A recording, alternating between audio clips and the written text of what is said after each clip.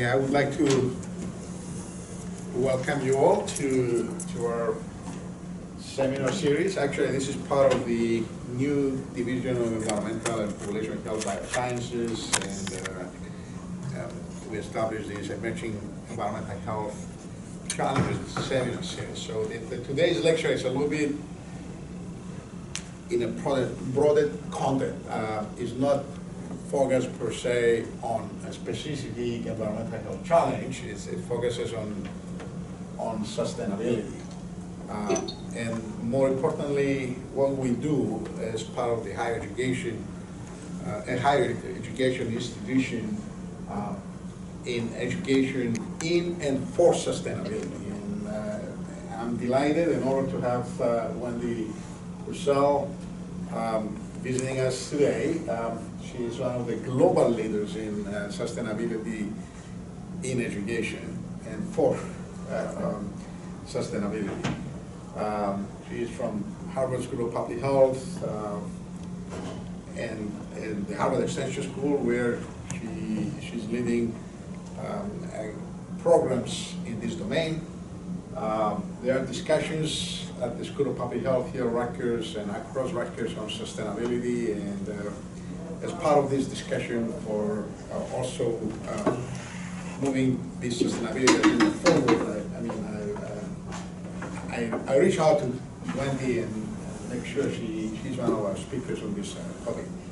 Also would like to welcome our online participants from across Rutgers. I know there are people from the School of Engineering, because we reach out to them, and also from the School of Public Health.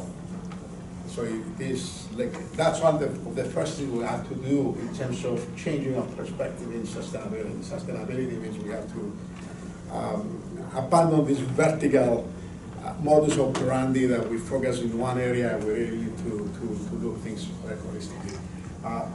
For the sake of time, and actually, I'm not going to go through Wendy's CV.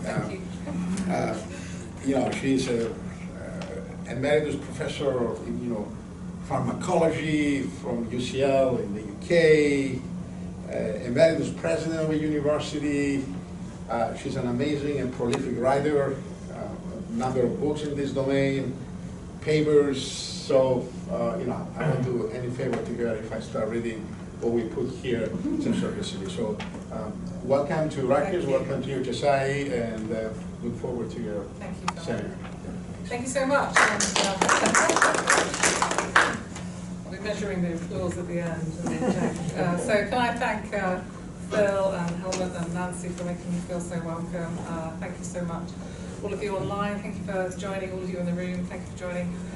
Wendy Purcell, as Phil said, I'm going to talk to you about higher education sustainability in the SDGs. We should have some time at the end for some questions and provocations and discussions. So let me just start really by saying what we do here matters. And I think never more than before. I think Jeff Sachs said it really well, that the opportunity for universities to connect, to partner with business and society, to take on some of the challenges of sustainable development and to think about working on some of the most exciting problems of our day, it really does matter. So I always, when we talk with higher education, is just to sort of spend a moment to think, actually what we do here really does matter. And if we can show up in new and different ways now going forward, I think it will be really exciting. So, part of the role really of a university in this space is to think about how we're transforming people, the amplification that we get through our students, the opportunity, I think, to really help transform society at large. And we're doing it in the context of these global megatrends, everything from losing trust in organizations, politicians, everything through to just seeing a brand new refugee crisis unfolding before our eyes. And of course the climate crisis, climate change is here. So this is the context in which you're operating. And you're seeing that turn up in the Global Risks Register, the 2022 register. You can see everything from climate action through to debt crisis and everything in between. So this is the context in which we're operating. And we know that this climate crisis is multiplying, I think, the known disparities in society. It really is exacerbating those disparities in a way that we saw, I think, very powerfully during COVID, as the global pandemic revealed to us disparities in very many different ways. Things that we maybe knew about, things that we maybe were ignorant of or chose to ignore, and then some new things. And so, all of these mega trends and risks are impacting on higher education. So I took a look at this with some colleagues, a while ago now, to think, how is this playing out as we think about our path as higher education through to 2030, mapping and lining up with Agenda 2030. And we came up with a whole range of different things that we were facing as higher education, everything from urbanisation, that we see here, through to unemployed and underemployed graduates in terms of capacity imbalances. And then I think we have to add to that now some of the new things that we're learning from the COVID crisis. Hybrid, we're hybrid now, thinking about seeing the individual, personalisation, value creation. So I think, the overarching kind of construct is we're living in so-called VUCA times, defined by volatility, uncertainty, complexity, ambiguity. Some people have even deemed these, hyper VUCA times, because, the changes that are happening across so many fronts at one time, I think it's unprecedented. So there's always been change, there'll always continue to be change, but there's never been change across so many fronts at one time at such pace. So this opportunity to think about this VUCA environment that we're both operating in, but also, I think, creating a space for our students and learners. So one way of orientating ourselves through this space is to kind of go back to thinking about our purpose as higher education, and thinking about how can we create value to the benefit of the society that we serve. And one way of doing this, I think, is to really think about how we can, connect what we do with those that we serve. We're seeing this in students. We're seeing the way that students are navigating, not necessarily by subject domain, but by thinking about the kind of impact, the kind of purpose that they want to follow. And I think this is where we can really think about our mission. We do three things. We do teaching and learning, we do research innovation, and we do all the other things around civic community engagement. If we think about those three pillars, really, of higher education, and take a lens to those three pillars, and use that lens of sustainability, the SDGs, just to look at what we do here. Take a look at that through that lens of sustainability. So I talk about it as putting our SDG or our sustainability goggles on and kind of looking afresh at our teaching and learning, looking afresh at our research, our innovation, and obviously our civic and community engagement. And when we do that, what we find is we see new opportunities, I think. We see new ways in which we can position higher education as part of the solution, as a critical path, really, to creating a world, where no one's left behind, that ultimate outcome measure of the SDGs. So we can think about sustainability, the Sustainable Development Goals, with all the caveats. We can think about that as an opportunity to reposition higher education and reconnect, I think, our three pillars and our disciplines in very interesting ways. We took a look at this just after COVID had waned from that first kind of space, and thought, how is it that higher education is able to lean into this post-pandemic, as we move into the endemic, and think about how we're navigating the disruptions, the complexity of these times, but by orientating us around a core purpose of sustainability. And so that was an interesting dive, and we saw new leadership models, new internationalization agendas, new ways of thinking about what we do here. So rather than kind of get lost in the complexity of the SDGs, I really like Ban Ki-moon's approach, which talks about the connections among them.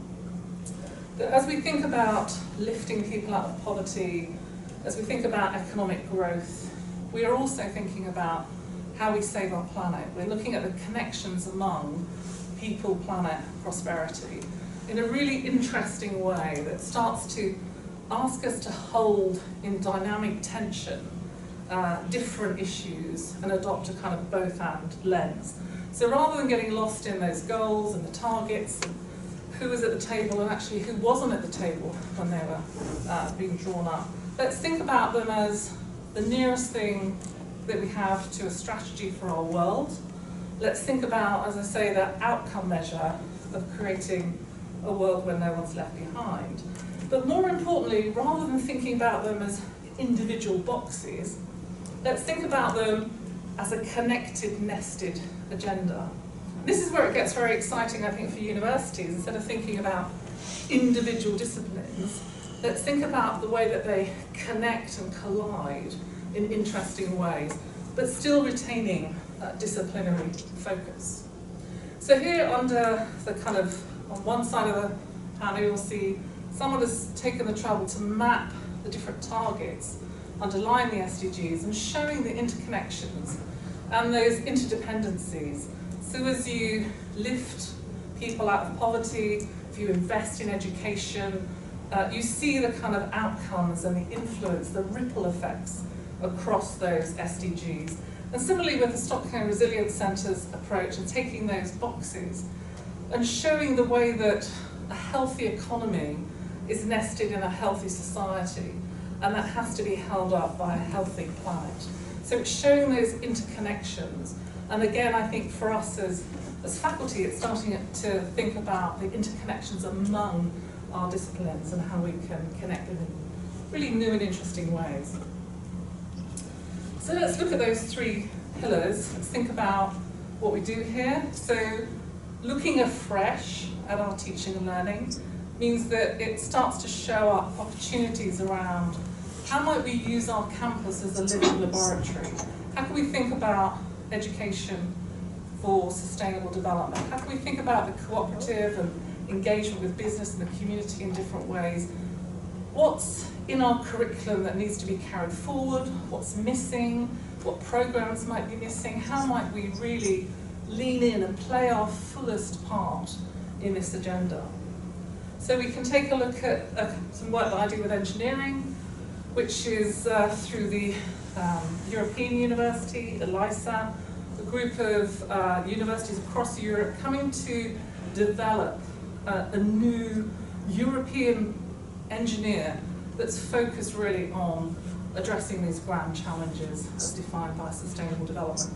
And the same in the US, a lot of work with Engineering for Change is positioning the SDGs as a core purpose and then saying, okay, if that's our destination, what do we need to do now to better equip our engineers for today? So that's through the American Society. Similarly, in work that I've done when I was down in Plymouth in the UK, was how can we engage our teaching and learning space within the community? So take full advantage of social enterprises, where we set up our dental clinics, how we actually educate our medics. So really thinking about what new things are we seeing as opportunities to tailor what we do to the benefit of society. So it brings in new things, it brings in issues of entrepreneurial thinking, it brings in issues of ethics, it brings in, I think, really adopting a global mindset. So operating locally, but connecting to that global agenda. Now, in this, critically our students and our alumni, and these really are forces for change. They are kind of a quanta of change agency. And what we're seeing is students are trying to navigate some of our programs, some of our courses, some of their learning experiences in very, very different ways now. And sometimes finding that our constrained programs or opportunities are not giving them the kinds of experiences that are setting them up for the kind of impact they want to have and the change agency that they need to adopt. So I think that engagement with students and leaning into really what they're looking for as well, thinking about the market. So around employability, setting them up for success throughout life, recognising, you know, underneath this agenda is a whole focus on innovation, entrepreneurship, intrapreneurship, ways of doing things differently, connecting the dots from a linear to a kind of systems thinking. I love this, I thought I would share it with you, but it's a job description for students, graduates who are focused on sustainability as change agents. But we're just saying this is your job. Your job is to help change the world by changing the systems in which you live and work, preventing collapse, increasing prospects. I mean, what a compelling opportunity to think through. This is the kind of new industries, new jobs that we're setting our students up for. So I think it kind of relies on us now to think, okay, we have a group of students who are navigating this new space, thinking about new industries and new jobs, who are looking to retrain, to upskill, to reskill, to think about pivoting their careers, whether it's a pivot around purpose, whether it's a pivot because the old industries are changing and they're wanting to set themselves up for the new industries. But I think there is a sense that you will be learning throughout life. The idea that we finish kind of formal education at 21 is going to look laughable. It probably does now. So when we look at the other pillar then around research and innovation, we're looking at how this agenda brings to us, yes, those global challenges around climate crisis, but how is that showing up locally around the ecosystem in which our university operates? So looking very much at the local communities, the local businesses, the challenges, and connecting that local to global. And I think we are working then on the most compelling research questions of our day. We're working in an innovation and knowledge powerhouse to really be part of the solution, part of the new knowledge that we need, but also how that knowledge is applied. So a couple of universities, this is one from Yale, have done a kind of fairly basic mapping exercise just to look at what research are we doing here, how does that map to the global agenda of Agenda 2030, the SDGs. And that was done under the International Alliance of Research Universities. Carnegie Mellon has just done its second review now. So just finding the kinds of work, because this isn't a new agendas. Our faculty and our researchers are working on these questions now, just surfacing them, connecting them, making them visible, often to funders, sponsors, donors, and students. So this is a really nice way of just saying, look, we're already doing this stuff, we're doing so much of it, but maybe this is a new way of presenting it. The same around civic and community work is how can we connect the campus? And I was driven around a campus by Phil this morning, it's like a small town. You know, how can we connect all those resources and assets to the community that we serve, the city, the rural? How can we connect it to our country and indeed beyond? And actually look for interesting ways to do that. So one opportunity that I championed was around Community Research Awards, which was inviting research questions from the community and partnering those with those in the university and thinking about, you know, that's a good thing to do, it's being a sort of responsible citizen as a university, but many of those projects, local, hyper-local, went on to be nationally and indeed internationally relevant. So it's everything from what's in our river, can you tell us, you know, all the toxins, and we can go talk to the city council, up to something like this, which was about creating dementia-friendly communities, which went local and then went national, became a material part of the UK's agenda.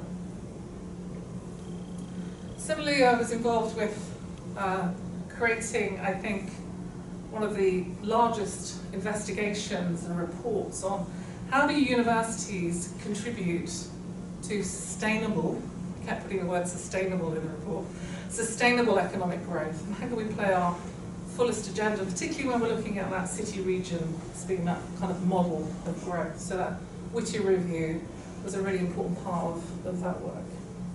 So we're looking really at this construct of universities as kind of anchor institutions, you know, part of place, reflecting the context and the local challenges, reflecting those comparative assets of place. So if you look at Rutgers and the comparative assets of the hinterland, the agribusinesses, the community, the pharma sector, you can start to see, you know, that the approach that Rutgers will take to this agenda is really contextualized by what Rutgers prizes, its values, its knowledge, its faculty, its sense of inquiry. I think we are, as I said, the ultimate outcome measure of the Sustainable Development Goals is a place, a world, where no one's left behind, and that is fundamentally rooted in justice, in equity.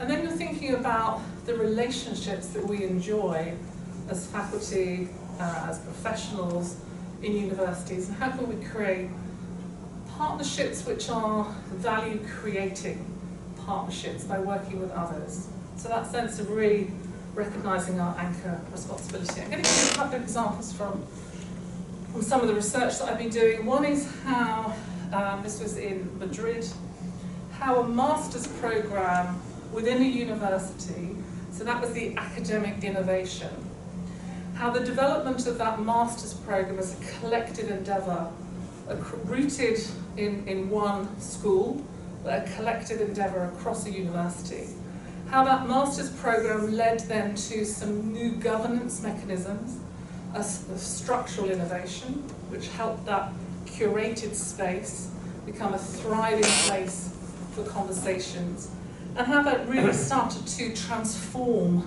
the kinds of partnerships, the research questions, the opportunities for students, just through a simple faculty-led academic innovation, which then influenced the broader university, influenced the broader hinterland. So it's a really, really good example of a new academic programme having this ripple effect across the university and out with the university.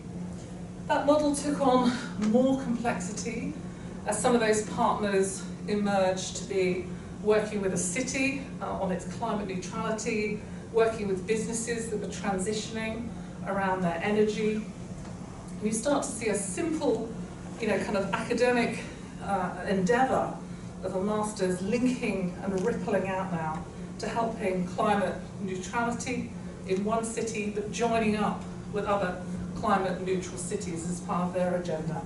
And then it gets more complicated again when this same academic innovation starts to create clusters of work that is really saying, can we connect actors as a kind of trusted broker? I think one of the most underutilized assets of universities is our ability to convene people, convene conversations, curate dialogue, create spaces for learning. And here you see a university at the heart of this ecosystem focused around Sustainable Development Goals, and we bring so much to that agenda. We took a look also at this model of the living lab, and so I compared Harvard and the work that Harvard was doing in this space with the American University of Bulgaria that I was working with also the university that I led in the UK, and just looked at the very many different ways into this agenda.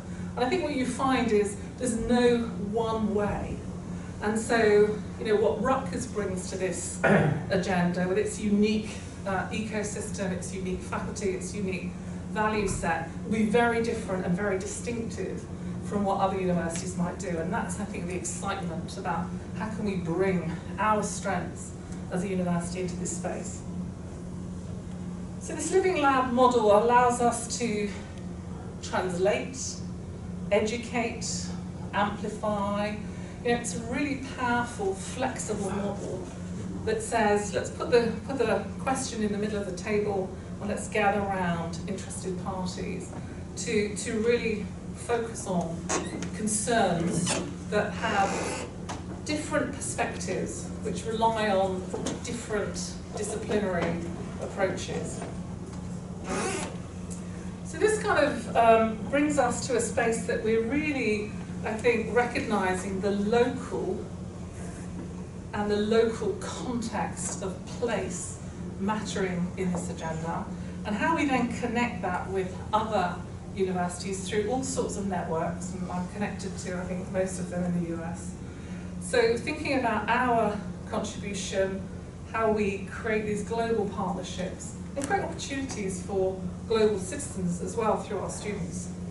So the agenda sits really comfortably with the connected university, and this idea that I talk about with Jack Spengler at Harvard, which is radical collaboration. How can we radically collaborate from our disciplinary plinth and recognise that it's not about kind of getting rid of disciplines, it's about how can we bring them together in unique combinations around a sense of a shared purpose. That could be a shared question, that could be a shared agenda, it could be, you know, something that relates to sustainability as a broad construct. So I'm going to give you a couple of examples from work that I've done just in the last few minutes, and then Phil mentioned about some of the writing, and I'll share that and also issue an invitation. So I've done a lot of work in travel and tourism. I'm not a travel and tourism expert, but what's really compelling about this is it sits at the confluence of so many of the agenda around sustainability. So it sits, yes, around profit, it sits around conservation, the immersive experience of place, the sense of sustaining culture, food, the way that tourists use, you know, so much more water, so much more natural resource, over tourism, destroying the very thing that we go and look at. So as a sector, when it started before COVID, at 10.4% of GDP, it's a very large sector, very disparate. It's a great lab, really, in which to explore sustainability. So this is one of the programs I teach at Harvard. So it's we did a responsible tourism research agenda and picked up everything from, you know, science-based targets to sustainability leadership to circular economy, using really the vehicle of travel and tourism. Just taking that word vehicle into work I've done with the auto sector. This is using a framework, which I think is a framework of sustainability that sits really comfortably with public health. So this was a project led by Howard Koh at Harvard. There was a link between the School of Public Health and the Harvard Business School. And it really came from this provocation that every business is in the business of health of consumer, health of employees and those in the supply chain, health of the communities in which they operate and where their products or services are used, and health of the environment. And we used the auto industry, which sits, again, as a kind of crucible where these four pillars of a culture of health, ostensibly a framework for sustainability.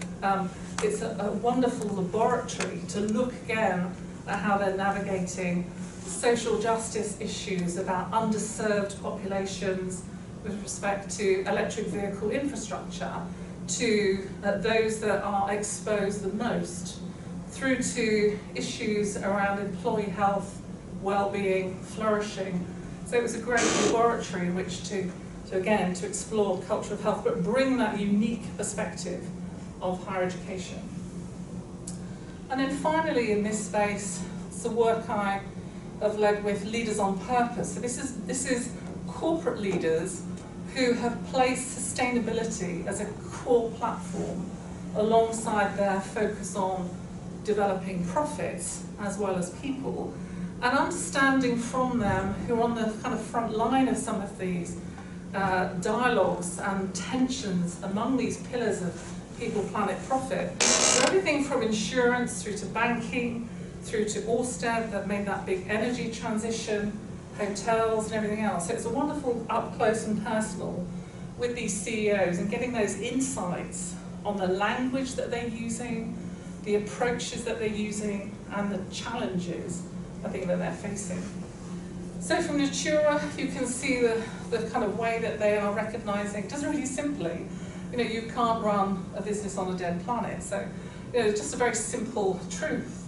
But recognising this sense of purpose, which is articulated as being sustainable, really shows up. And then wonderful James from Equity, just really thinking about how can they as a bank really think about this idea of shared purpose and shared sense of shared value. And so I did some follow-up work with Equity Bank because they started to really elaborate how they were talking about this. But they were relying upon higher education as being able to hold the complexities of how disciplines collide, the literacy that they need to be able to articulate what the issues are.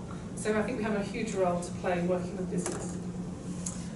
So just to tell you about an upcoming book that I'm sure you'll want to look out for, as published next year, delivered end of January, 10 days early, yes.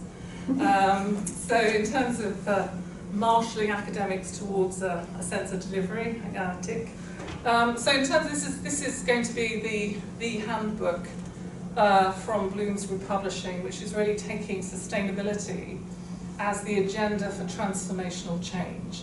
And it is awash with 24 chapters, 67 authors, who are from across the globe, from my friends at the American University over in Lebanon and Beirut, through to MIT, through to McGill. There's a whole host of people in Nepal. It's just a wonderful privilege, frankly, to work alongside authors who are approaching sustainability in higher education as an agenda for transformational change in so many different ways, from entrepreneurial programs through to large-scale, pan-institutional, strategic shifts, so everything in between. So it was just a great opportunity to work with that group, and it really was the springboard when Phil was talking to me for this talk, is to say, yeah, well, we do all the stuff we do within our institutions.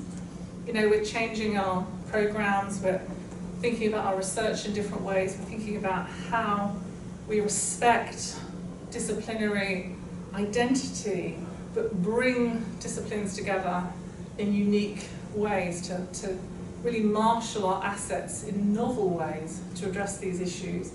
And then the second part of the book really looks at those kind of partnerships that are being created by university, connecting, I think, very deeply with others in cities, in business, in community settings. And so it's an interesting approach. I had the privilege and challenge of starting with a blank piece of paper that said conclusions at the top, and trying to distill out the kind of lessons from across those global examples of those 24 different chapters, many more examples than that. And it really was a couple of things I just wanted to not go through all of them, but just to talk about the importance here of context and place. So the agenda in this space for Rutgers will be uniquely differentiated and distinctive than any other institution because of the context, the history, the assets and place-based assets. So I think that's, for me, a very exciting agenda to think how is this space going to be occupied when Rutgers comes fully into this agenda. The other one was the sense of students, is really recognising the kind of mega trends impacting on students, that purpose being the new major, that sense of upskilling, reskilling. I think that really came through very strongly. And I think there were a couple of other issues which we kind of looked at which matter. And I think one of them was universities maintaining their critical analysis and reflection on what's not working in this space, what's wrong with the SDGs, what needs to happen differently. So that critical kind of articulation of this space in different ways, finding new language, new means to communicate complex messages that touch people. So the role of the arts, the communications, it's a really interesting, I think, opportunity to think about this. And then I want to tell you about the next thing that's going to keep me out of mischief for a while, is 17 Books project. So this is with Emerald Publishing. So they really have orientated their entire publishing group around the sense of sustainable development in its broadest construct. And so they have commissioned a series of 17 books, so higher education and the SDGs, and I have the privilege of being a series editor and working with a host of editors now to bring this agenda forward. But critically here, it's also bringing the student voice as a very distinctive part of this series, is bringing that through, and that sense of students as agents of change into that. And I thought I'd just introduce you to a couple of my editorial advisory board members and now editors. So we are actually meeting tomorrow under the University Global Coalition session to talk about the book series a bit more. But so Angel Cabreras is the president of Georgia Tech, and he's going to be my editor for book 17, Partnership for the Goals. Ambassador Professor Sarah Mendelsohn, who's at Carnegie, will be looking after SDG 16. Former colleague of mine from Plymouth, he's Welsh actually, Professor Simon Davis will be looking after Life Below Water, Agriculturalist Global. So Julio Lumbraras from University Politecnica Madrid will be looking after SDG 11. So Kudeshi Kalsoon from Pakistan will be looking out for gender equality. And then the president of University of Pretoria, Tawane Kupe, who's going to take a fantastic approach to look out for SDG Book 4. So that's the first 6 in the series ready for the off. And then just to point you to a resource that we produced through the Sustainable Development Solutions Network, and that was how can we accelerate this agenda for the universities and the SDGs, and more broadly, actually sustainable development and sustainability. And so we produced this guide, which is being downloaded a lot, and in that there was a section on the transforming of universities. And we're now going to take that piece of work. We have a task group now to take the transforming of universities for this agenda, to take that into the next work. So finally, I think on time, to give us time for questions, is just to recognise, I think, how vital universities, higher education generally is to deliver against the sustainability challenges, some of which are articulated through the SDGs. That we do this from our standpoint, from our academic mission of what we do here, our teaching and learning, our research and innovation, the way that we engage in civic and community settings. And it's through this partnership, I think, with public, private and plural organisations that we can really realise, some incredible academically sound, robust, quality engagements and contribution to knowledge. And that's that way that we kind of connect with society. And so I think you are seeing universities really, I think, connecting much more to the societies that we serve. And I sort of finish where I started, which is that, what we do here, and in this context, the we as Rutgers, what Rutgers does in this space really matters. So I leave you with that as your kind of call to action, and then expose myself to your interrogation and your provocations and challenges, but also your reflections as well. I'm super interested in those conversations. So Phil, I'm going to hand back to you. And, Thank you. We will open the discussion from people in the room, and then we will go to the people online. So, Ken, please. Yeah, I can't think of anybody more qualified to answer this question. What is sustainability? oh, yeah. I mean, It's a really good question, because there is no widely, kind of global definition. That's the problem. I don't think it's a problem. I think it's a great opportunity, because I mean, you can use the Brundtland definition of stewardship. That's the one that gets trotted out a lot. But I think it becomes, for me, it's not so much a destination. So sustainability is really a kind of aspiration. But what's the aspiration? The aspiration is to, I think, be able to steward the resources, human, natural, and other, in a way that is respectful, doesn't use them up so they're not there for future generations and so on. So, the number of books that are written about, defining this thing, is huge, and that's kind of exciting because people are bringing very, very many different constructs to it. But it does feel, and I think through the SDGs, it does feel like it's rooted in a sense of balance, of trade-offs, and this is, trade-offs and dilemmas that we have to face in different ways, and that we surface in different ways. And so I think there can be extractive, and you see that in tourism, but then there can also be reparative activity. And so there's something about, I don't kind of want to use the word of kind of balanced scorecard, but there's something about this kind of dynamic tension that we hold these, particularly these three pillars of people, planet, profit in, that somewhere in that is a sweet spot that we would kind of recognise as, this can carry on, this can be sustained in that way. Well, the danger that I see, and I think this is great, but what I see is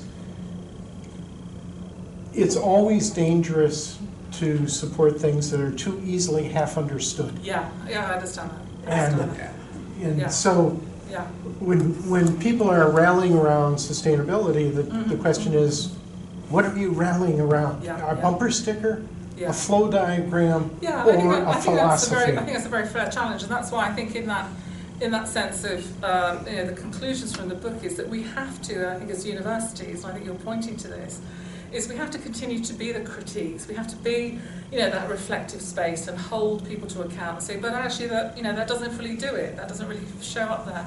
But people are showing up in this space because they recognise something about seeing the last one of those.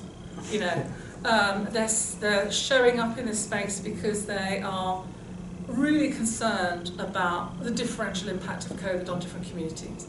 So they're pointing. So they're showing up in this space for all sorts of very good reasons, and there's something about that umbrella of sustainability that is a gathering space. But there is no, I think, one definition that all of those people will sign up from. What you are finding is, I think when you kind of go back through them and you look at them, is there's something about inequity that's taking them there, and there's something about concern for the stewardship space. So there's a couple of things that I think you can kind of draw out, which are kind of values that are connecting them, but no one individual, even if you go back to them over time, Monday through Thursday or whatever, their definition, if you like, will change. I don't think that's a bad thing, but I think there's something in and amongst that which is a shared value set, which I think is very appealing in that construct. But it has become very nebulous, so people I totally agree with you. It's become nebulous, but it's also become a barrier because people are like, oh, the S word, no, I'm not really interested in energy transition, I'm interested. And so it's become a real barrier. So in many of these conversations, we never use the words at all. We never say, we talk about resilience, we talk about adaptation, we talk about risk mitigation. So using a very different language. The S word, as you say, is both nebulous and off-putting, and by the way, sorry, what do you mean by that? And it's a very hard question. So, especially for a scientific community like this. Absolutely. Well, there's a lot of space under the tent, and massive space under the tent. in a Jesuitical sense, Yeah. this is all things to all people. Yeah, yeah. You know, So- it has that potential. Yeah, yeah, I agree, I understand that. Sure. Yeah, Nancy. Yeah, and I think that's what I'm struggling with, because all of the things that you've outlined have been values and principles of many people in universities and in religious organizations, you name it. And so I wanted to get a little concrete if we could. Yeah. Because when you were talking about the shared values and purpose, and you had all those different CEOs up there, and I was thinking about the banks. And or car companies, for example. I'm sure that Volkswagen has put up some really wonderful sustainable goals, and yet they cheated on their emissions. And I guess, you know, so often businesses just capture the space and the words, but there's nothing behind it. And I think that's true for universities as well. Yeah, I agree. Because at the end of the day, money drives everything. Let's face it, even in authoritarian communities. Yeah. So I think we can all go to that. What about there's one bad actor or 12 bad actors out of 13. Yeah, I understand that, but I think there's something about people calling out the greenwashing. Yeah. You've just done it. Volkswagen is you know about it. I know about it. We all know about it. We know about companies where their supply chain is effectively slave labor. We understand that. So I think we're talking about greenwashing. We're now seeing a whole people kind of hiding under the SDG flag. And there's a different kind of washing going on there. So I think there's definitely that. And I think there are some universities that are in this space who are saying, well, this is the latest kind of trend or zeitgeist. But actually underneath that, there's, I think, a broader community who are saying, we actually are working on issues which matter around sustainable agriculture or issues of social justice, or we want to really understand the economy in this space or the science in this space. We need new solutions for the climate crisis. So there's all of that going on too, and frankly there's more of that going on than the bad actors. And I think within our kind of community around the 24/7 and the social media and everything, these people get called out. They get called out more quickly now. The kind of sense of conscious consumerism, which is a real trend now. You're seeing that in the Great Resignation, so-called, of COVID. Well, actually, that isn't someone I want to share my talents with, that type of organisation. And you're seeing it with students too. So I think we're in this kind of transition period of somehow positioning it, and I think talks like this too. Seeing it as somehow a discretionary agenda that we can opt into or not. Yeah, so it's like, okay, I'm going to look at that, I'm going to critique it, and I'm going to see if I want to join it or not. And that's kind of not what this is about. This is going to become just the way we do things around here. Because frankly, the current path is unsustainable. If we can't define what sustainability is, we can probably define what unsustainable looks like. And therefore, it isn't a kind of discretionary agenda.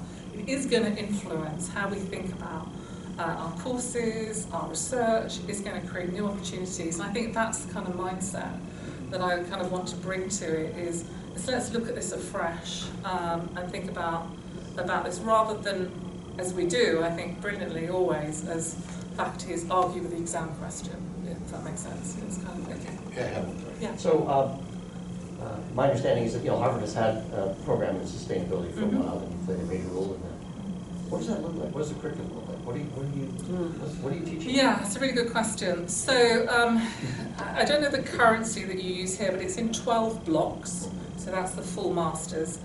And I think really importantly, and it kind of goes to your question, is there is a spine of compulsory to kind of core courses. And that is sort of setting up the fundamentals of this space, the language, the literacy, the kind of models, the frameworks. And so everybody does that.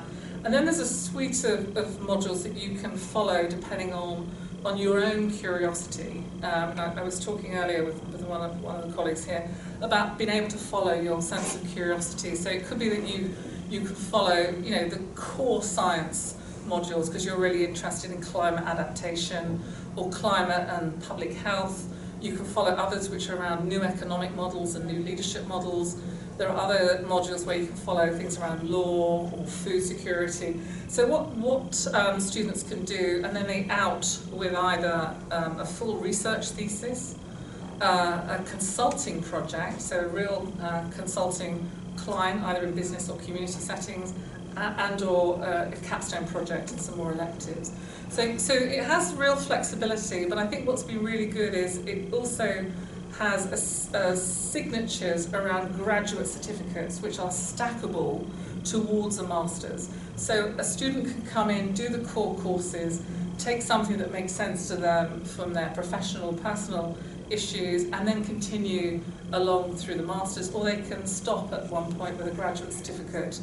And I think what's really important about it is that the program is rooted in one school.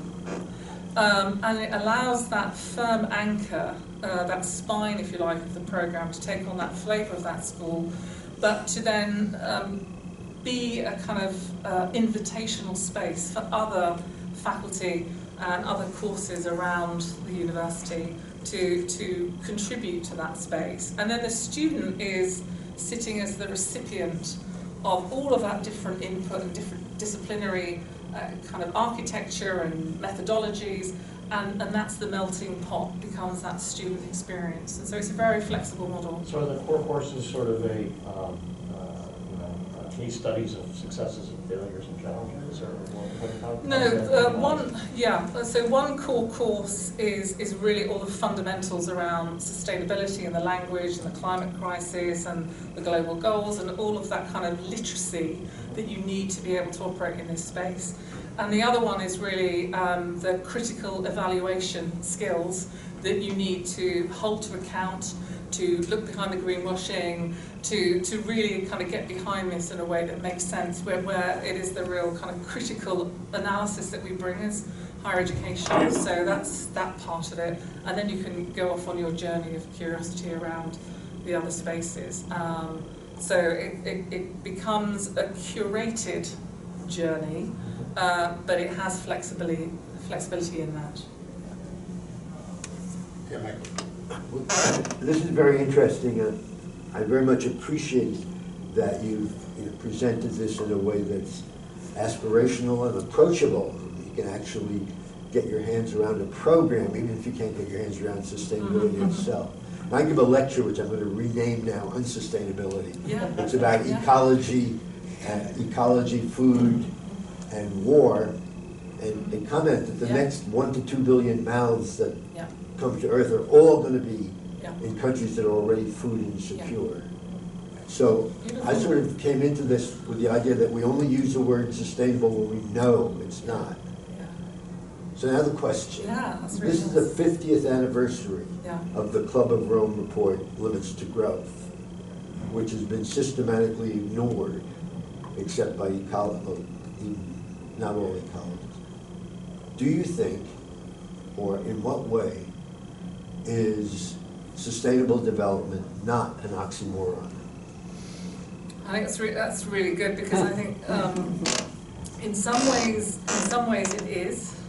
You know, you sort of think, well, by the very nature you cannot develop without using up, and if you're using up and not returning to, then by definition it's unsustainable. But I think as you start to get into some of that deeper thinking around, say, the circular economy approaches, the reparation approach, you start to really see, actually, it's not an oxymoron, it's not a perfect proposition, but I can see what they're trying to point to, and I think that's as far as we can get at this point. More questions from the audience? Can we open the discussion now with people online? If there are any questions, please go ahead. I don't have the access to the chat room, maybe Maria does.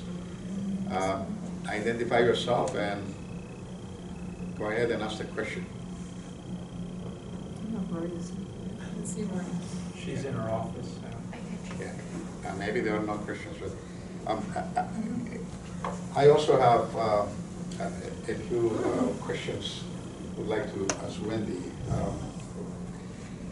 again, my understanding to sustainability, which is very broad, it boils down to what we do at the individual level, at the unit level, at the institute level, school level, university level. And I think this has to be approached from bottom up.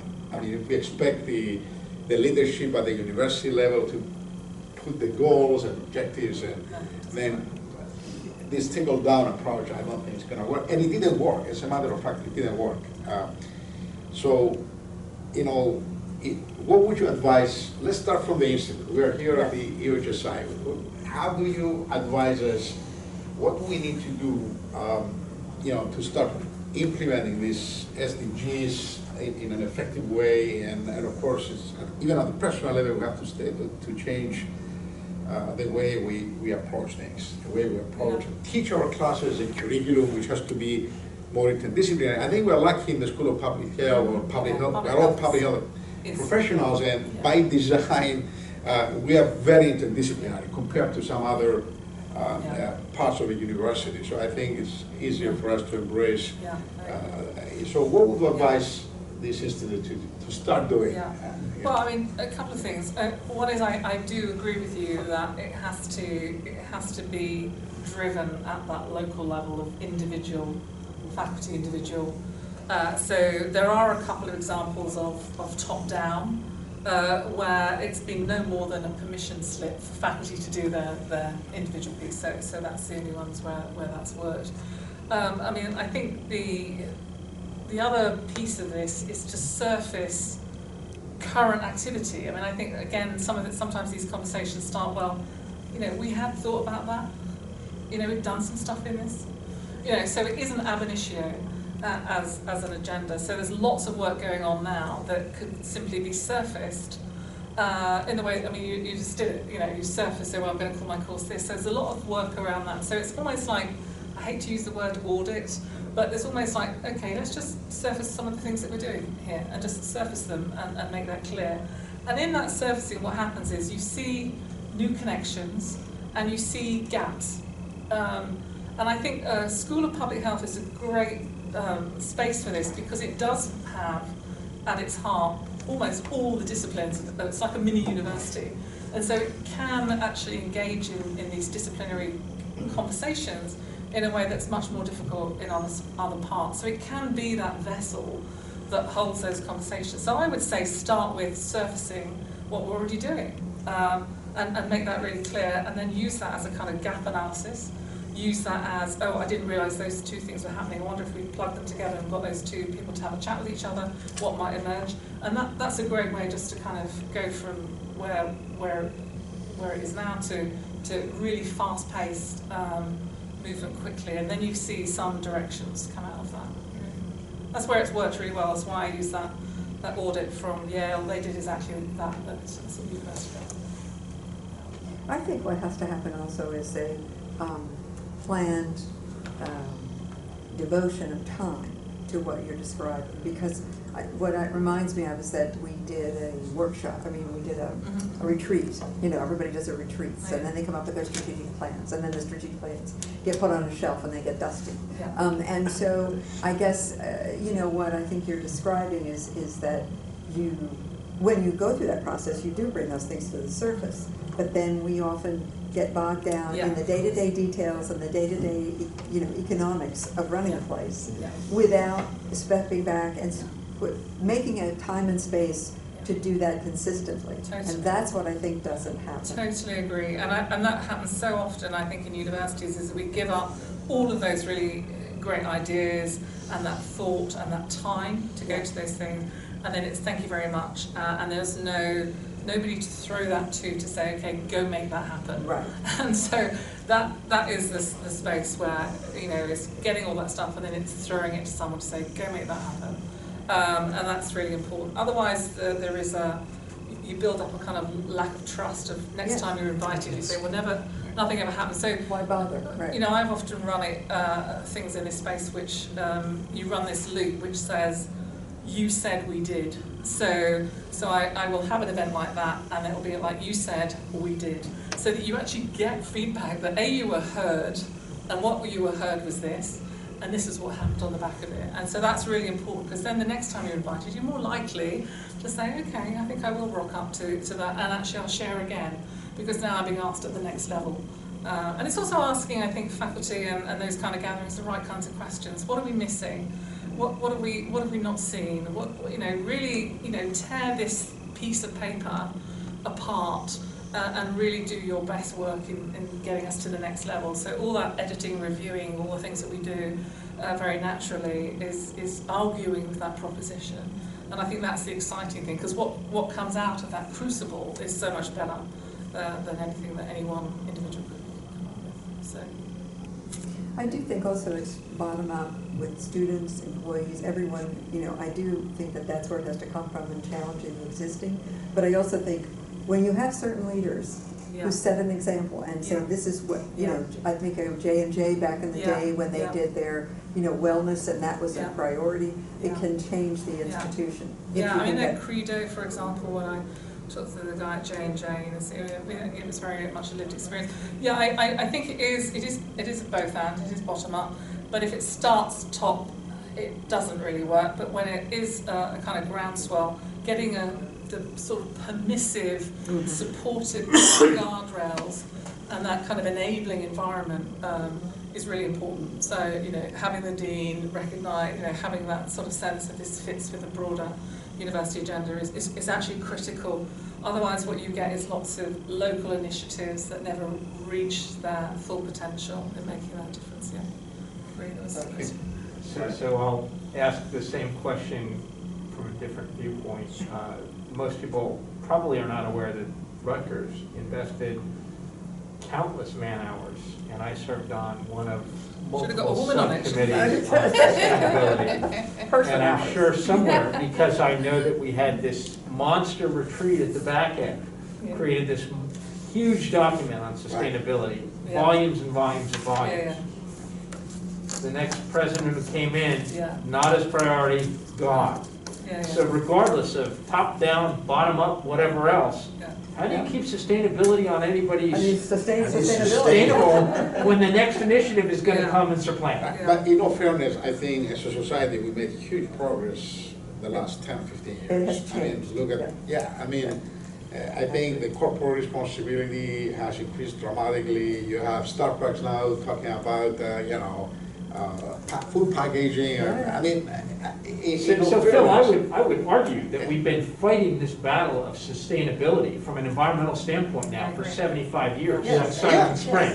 And you can continue to say we continue to make progress because the water's cleaner, we've got more species, we've got all that stuff going on. So to focus on the last 5 or 10 years and say this is when we made a real, I didn't say the last 10 years. But progress is happening. It's slow, and also when it comes to change of attitudes, it takes generations sometimes. I think that's fair. But I also think if we continue to see this as a discretionary, we're prioritising this today, and the next president might prioritise something else.